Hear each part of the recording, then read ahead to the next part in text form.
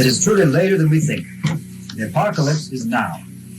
And how tragic it is to see Christians, and above all, Orthodox young people, with this incalculable tragedy hanging over their heads, who think they can continue what is called a normal life in these terrible times, participating fully in the whims of this silly, self-worshipping generation, totally unaware that the fool's paradise we're living in is about to crash, and completely unprepared for the desperate times that lie just ahead of us. There is no longer even a question of being a good or a poor Orthodox Christian. The question now is, will our faith survive at all? With many, it will not survive. The coming Antichrist will be too attractive, too much in the spirit of the worldly things we now crave, for most men even to know that they have lost their Christianity without down to him. Still, the call of Christ comes to us. Let us, after becoming aware of these things, begin at last to pay attention to it. The clearest expression of this call today is coming from the enslaved atheist world, where there is real suffering for Christ, the seriousness of life which we are rapidly losing or have already lost. One Orthodox priest in Romania, Father Georgija Kalčua, who is now near death in a communist prison, for daring to challenge young seminarians and students to put off their blind allegiance to the spirit of the times and come forward to labor for Christ. He gave a series of talks in 1978, for which he received a sentence of 10 years in the concentration camp, and after which he was subjected to beatings. We published in the last Bishop Orthodox Word, contained the first installment in 2 parts. There's 7 talks addressed to young people. Because he speaks to people who have been raised as atheists, so the situation is a little more drastic than what we have here. But basically, the battle is the same. After speaking of the emptiness of atheism, he tells today's young people, quote, "I call you to a much higher flight, to total abandonment, to an act of courage which defies reason. I call you to God, to the one that transcends the world, so that you might know an infinite heaven of spiritual joys, the heaven which you presently grope for in your personal hell, and which you seek even while in a state of non-deliberate revolt. Jesus has always loved you, but now you have the choice to respond to his invitation.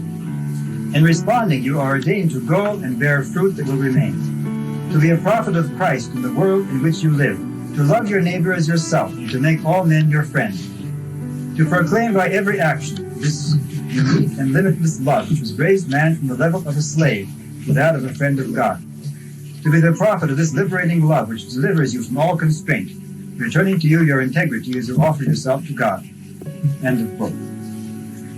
Father George, speaking to young people who had little inspiration to serve Christ's church because they had accepted the worldly opinion, which is common also in the free world, that the church is only a set of buildings or a worldly organization, calls them and us to a deeper awareness of Christ's church, and of how our formal membership in it is not enough to save us. He says, quote, "The Church of Christ is alive and free. In her we move and have our being, through Christ who is her head. In him we have full freedom. In the church we learn of truth, and the truth will set us free. You are in Christ's church whenever you uplift someone bent down in sorrow, or when you give alms to the poor and visit the sick. You are in Christ's church when you cry out, 'Lord, help me.'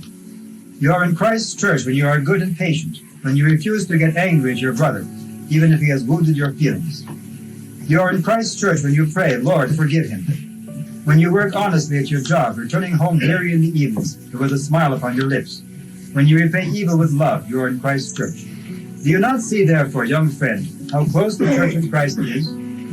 You are Peter, and God is building his church upon you. You are the rock of his church, against which nothing can prevail.